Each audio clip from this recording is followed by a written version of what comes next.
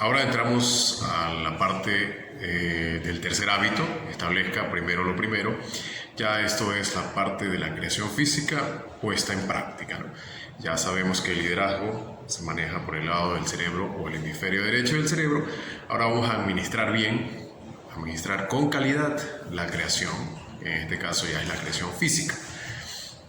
Administrar es poner la disciplina en práctica. El éxito de conseguir las cosas muchas veces es hacer lo que no nos gusta. Alguien por ahí decía que para tener éxito en la vida hay que hacer lo que nos gusta, pero sobre todo lo que no nos gusta. Entonces hay que tener una voluntad independiente. A veces hacer las cosas que no nos gusta es más una fuerza que tiene que nacer de nuestros valores, de nuestros principios, más allá de emociones instantáneas. Entonces, la idea es administrar bien las cosas que ya mentalizamos y luego vamos a hacer la creación física. Entonces, una organización por prioridades. Si nosotros basamos nuestro actuar en principios y valores, tenemos que jerarquizar cuáles son las prioridades y eso nos ayudará a tener juicios efectivos en el momento de ejecutar las cosas basados en los principios y en los objetivos que hemos trazado. ¿Ya? Y también hacer una administración efectiva del tiempo. Vuelvo a repetir, prioridades. La agenda va acorde a las prioridades que tenemos, siempre pensando en el liderazgo, que luego va a requerir de una administración para conseguir las cosas que consideramos que son oportunas. La proactividad se hace presente en todo tiempo que estamos ejecutando algo y siempre hay que tener esa previsión para evitar que existan las crisis y esto entorpezca la agenda que nosotros hemos planeado. La idea es manejarnos en orden de prioridad con una proactividad, ¿no? Ordenado todo en la agenda acorde a las prioridades que tenemos. Tenemos que hacer una autoadministración del cuadrante 2, el cuadrante de nuestro tiempo. Entonces aquí en esta parte ya del texto habla de una organización semanal, 2 o 3 resultados importantes que se deban conseguir en la semana y esas actividades estén relacionadas directamente con nuestra misión para que nosotros consigamos esta efectividad que buscamos, ¿no? Hay que vivirlo, vivir el horario, las agendas, acorde a los principios, a lo que nosotros ya identificamos como los principios que nos van a servir para nuestra ética del carácter y eso va a generar una paz interior al irlo cumpliendo, ¿no? Muchas veces cumplir estos objetivos tiene que ver con la gente y con cosas que hay que hacer. Quizás en una agenda se puede ser más eficiente con las cosas, sin embargo con las personas se tiene que ser un poco más efectivo, llegar al punto que se quiere, muchas veces no un paso a paso, sino que puede haber atajos o puede haber demoras, ¿no? Entonces tenemos que tratar de ser efectivos, siempre pensando que la agenda tiene que estar subordinada a los valores que ya hemos identificado y sin sentirnos culpables por los cambios que se vayan suscitando. Voy a acomodar un poquito aquí esto. Perdón. Ahí, ok. Listo.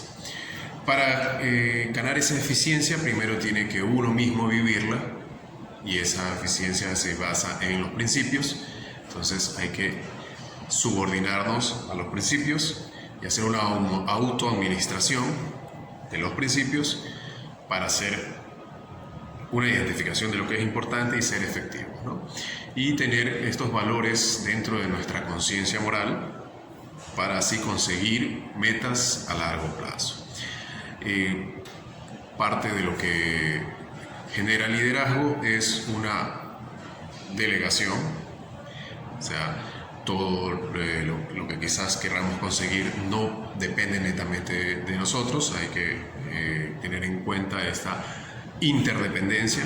No somos personas que vivimos individualmente, sino que compartimos un entorno y hay que aprender a delegar, pero delegar con liderazgo no pensar en encomendar algo y ejercer controles, que básicamente es hacerlo, pero con un alter ego, ¿no? Alguien más que supla esa operación que no estamos haciendo, porque nos hemos dedicado simplemente a observar y a controlar.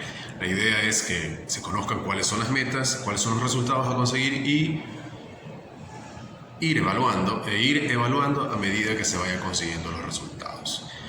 Y esto nos lleva a una victoria pública, que es básicamente un paradigma de interdependencia para que el resultado beneficioso de las metas que nos hayamos trazado sean mutuos con todos los que nos rodean. La interdependencia, una interdependencia efectiva es el resultado de una independencia efectiva. Y como lo habíamos mencionado, la independencia solamente está ligada a las personas que tienen un grado de madurez. Entonces hay que pagar ese éxito con uno mismo, poder llegar al nivel de madurez y a la independencia, para luego poder tener éxito con los demás en esta interdependencia. Y para esto siempre hay que identificar los problemas y, como se dice comúnmente, atacar la raíz, no irnos por las ramas. Eso es básicamente una de las opciones que tenemos que tener siempre claras.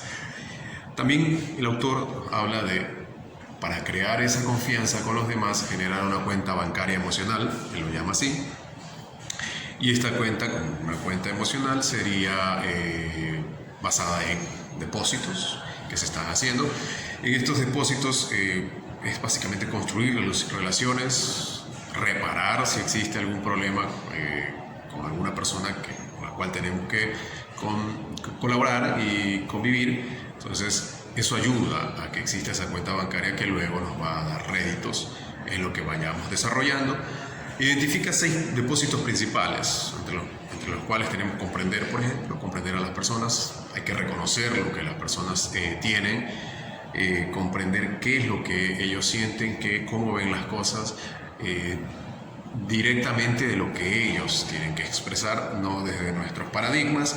También hay que tener atención, cada persona es diferente y hay que entender cada pequeño detalle, hacer compromisos y mantenerlos. Y hacer compromisos es en doble vía. Los compromisos basados en las expectativas que yo puedo tener para la otra persona pueda comprometerse, y lo que la otra persona tiene de expectativas y yo comprometerme, obviamente haciendo una congruencia entre lo posible y lo que quizás se pueda negociar, para no entrar en ambigüedades de que las expectativas podrían parecer claras pero no se han puesto sobre la mesa.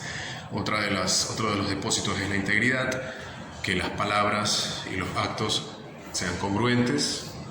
Creo que no hay nada más terrible de afrontar o enfrentar que una persona que dice una cosa y hace otra cosa. Entonces hay que tener esa congruencia y también ser leales, ¿no? Normalmente la lealtad se da cuenta cuando uno está conversando con alguien de personas que no están presentes. O sea, con los presentes se habla de personas ausentes, y ahí uno puede ver qué tan íntegro y leal puede ser una persona. Entonces la idea es también mantener eso.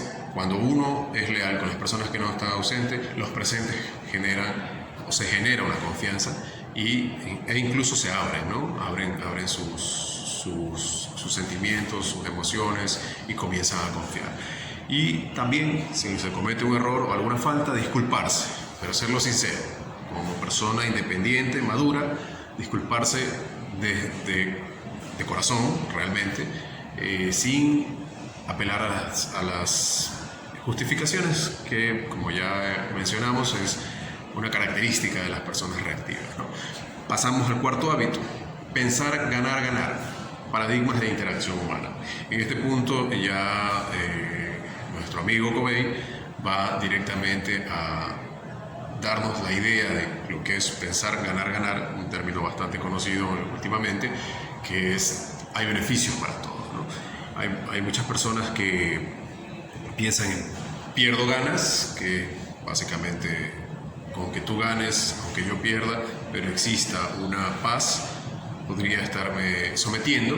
Hay cuestiones ya psicológicas, de personas que están predispuestas a no importarles si pierden, pero esas relaciones no son perdurables, ¿no? La mejor opción depende de la realidad, ¿no? Hay ocasiones que sí, ciertamente, perdiendo se gana, pero mantener un esquema continuo de perder-ganar no es bueno, ni tampoco gano y pierdes, porque a la larga esa relación no es beneficiosa, no es mutuamente beneficiosa, entonces va a resquebrajarse, ¿no? Dentro de este paradigma ya de interacción humana que es ganar-ganar, existen dimensiones que las identifica o las eleva en el texto el amigo Covey. Ganar-ganar es básicamente encontrar el éxito para ambas partes o las partes que estén involucradas, y hay que tener carácter para poder generar esos acuerdos, lo que ya conversamos, la integridad, que hay que tener compromisos, mantenerlos, y esto de aquí es subordinado a los valores que nosotros hayamos identificado y hayamos adoptado a nuestra ética del carácter. Madurez, que es básicamente coraje, el coraje, el valor para hacer las cosas, pero también un respeto, ¿no? Mostrar respeto por los pensamientos, los sentimientos de las otras personas, asimismo también mostrar nuestros sentimientos de manera sincera y tener ese valor, ese carácter para que las personas valoren como nosotros valoramos a los otros, ¿no? Entonces la madurez básicamente es un equilibrio entre la fuerza y la empatía, es en resumen un equilibrio entre la autoconfianza y el respeto. Confío en lo que yo sé, pero respeto tus posiciones porque quizás tú tienes algún punto de vista que yo no lo he tenido y puedo obtener también un beneficio de aquello, ¿no? Amable y valiente, hay que ser sinceros, pero también apelar a la amabilidad, decir las cosas frontales sin buscar hacer daño a los demás. Ese equilibrio ayuda a mantener ese ganar-ganar de la interacción humana. Y la mentalidad de escasez, repelerla. Hay quienes piensan con un pensamiento o una mentalidad de escasez que creen que las cosas son limitadas, que no hay para todos. Entonces ellos tratan de acaparar todo, y cuando alguien obtiene algo no se alegran, sino que sienten envidia, creen que les han robado quizás esa oportunidad a ellos, y piensan que las cosas no se van a dar para ellos si se les están dando a otras personas, ¿no? Viven comparando y compitiendo con un pensamiento de que hay pocas cosas, y hay que cambiar esa mentalidad de escasez a una mentalidad de abundancia. Eso puntualiza aquí en esta parte del libro, que es tener primero esa valía y seguridad de lo que nosotros tenemos, lo que sabemos, y pensar que hay para todos, que no es simplemente que las cosas están limitadas y hay que ganárselas compitiendo. Recordar que se trabaja en conjunto, individualmente, como lo dije hace unos capítulos atrás. Pensar individualmente no nos lleva a nada, individualmente no hacemos una fuerza que construye o que transforma. En grupo o de manera cooperativa es que conseguimos las cosas, y hay que compartir el prestigio, el reconocimiento. Hay que tener esa interacción cooperativa que dé el beneficio para todos, ¿no? El prestigio, y lo que ganamos, lo ganamos todos. Entonces, una victoria pública, como menciona el amigo Covey, es básicamente un beneficio a todos por el trabajo y la comunicación conjunta. Estas relaciones que se van dando en este trabajo se basan en lo que mencionaba: cuenta bancaria, respeto, confianza, la credibilidad, y respetando y comprendiendo los puntos de vista de los otros. Crear una sinergia, que es la suma de 1 más 1 es igual a 3, o sea, esta forma cooperativa de crear esa fuerza con los metas y los resultados que queremos alcanzar en beneficio individual, pero también en beneficio grupal, y tener esa fuerza de carácter que nace de la proactividad de los principios para influir sobre las personas. Si se identifica que ganar-ganar no es posible, a veces es preferible un ganar-ganar o no hay trato, ¿no? Porque a la larga, relaciones que se mantienen o negociaciones o tratos que se mantienen con que alguien pierda o no gane por lo menos una parte, va a terminar resquebrajándose con el tiempo. Sería inútil mantenerlo, ¿no? Y establecer los acuerdos, una vez que ya se piensa en un ganar-ganar, cuáles son los resultados deseados, qué y cuándo, las directrices o los parámetros que están delineados para conseguir estos resultados, obviamente los recursos, cuáles son los canales que van a permitir conseguir estos resultados.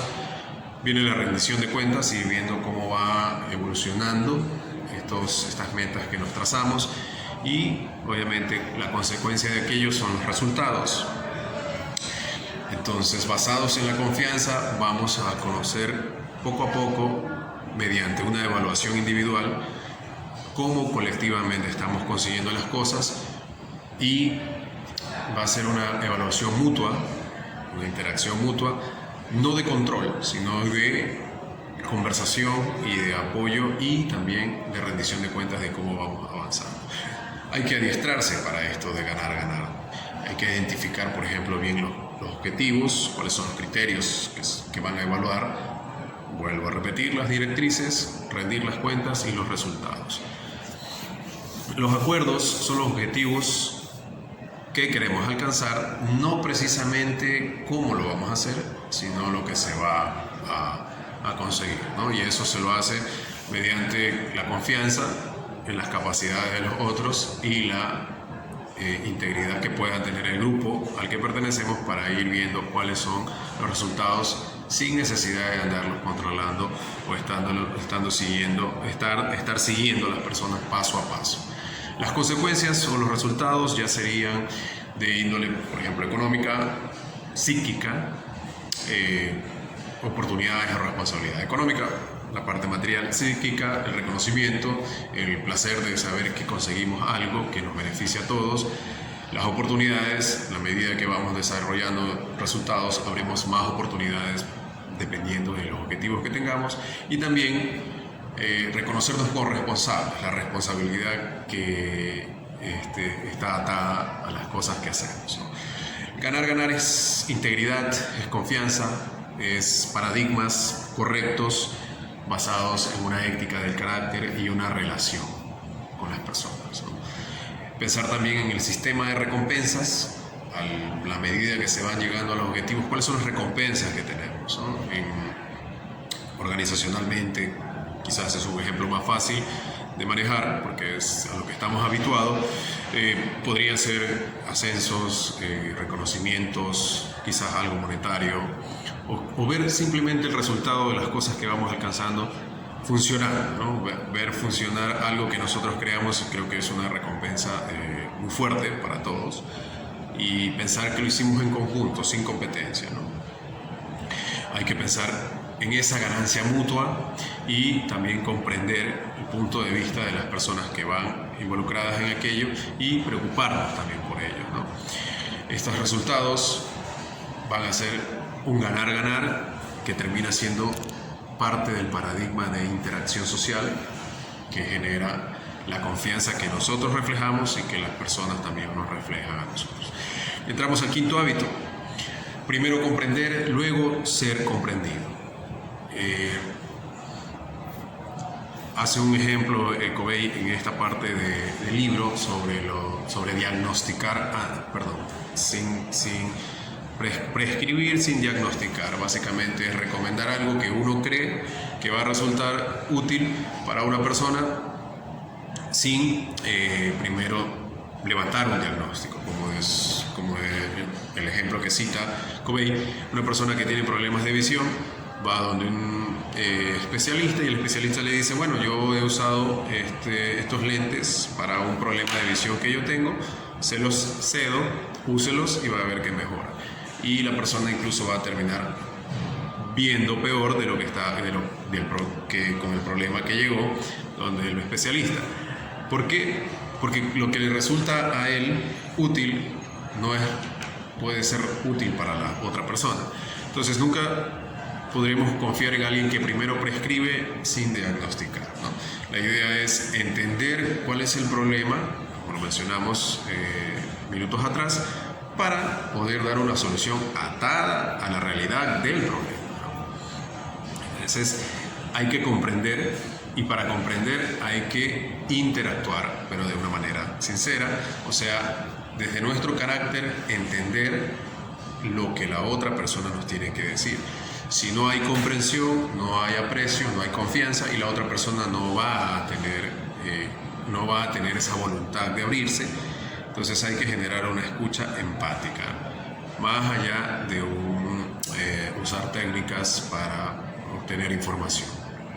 Las personas solamente se abren cuando entienden que la otra persona comprende lo que le están diciendo o simplemente están hablando. Muchas personas escuchan solo para responder, tomando textos o palabras que dice el que está hablando, y luego poder responder con sus paradigmas o quizás con sus experiencias, haciendo una autobiografía. Sí, a mí me pasó lo mismo, entonces yo te aconsejo esto, o si no, haciendo una técnica de reflejo, repitiendo lo que la otra persona dice y luego adhiriendo algún mensaje considerado desde sus paradigmas, o hacen una escucha selectiva, escuchan lo que quizás les puede caer dentro de un campo mental que tienen y en base a eso responder. Entonces, cambiar esa forma de escuchar por una escucha realmente empática, que básicamente, sencillamente, comprender, ¿no? Cuál es la referencia que tiene la otra persona, el paradigma con el que ve el mundo, cuáles son los datos que tiene que ofertar, que tiene que darnos para poder comprender, utilizar el cerebro derecho y el cerebro izquierdo, ¿no? Entender de manera lógica y también de manera emocional, el espíritu, obtener los datos precisos mediante eso, comunicarse con otra alma humana, con otra persona que siente igual que nosotros y que quisiera que tengamos ese aire psicológico de escuchar como nos gustaría que seamos escuchados, ¿no? Las necesidades que nos reflejan son las necesidades que desea conseguir satisfacer.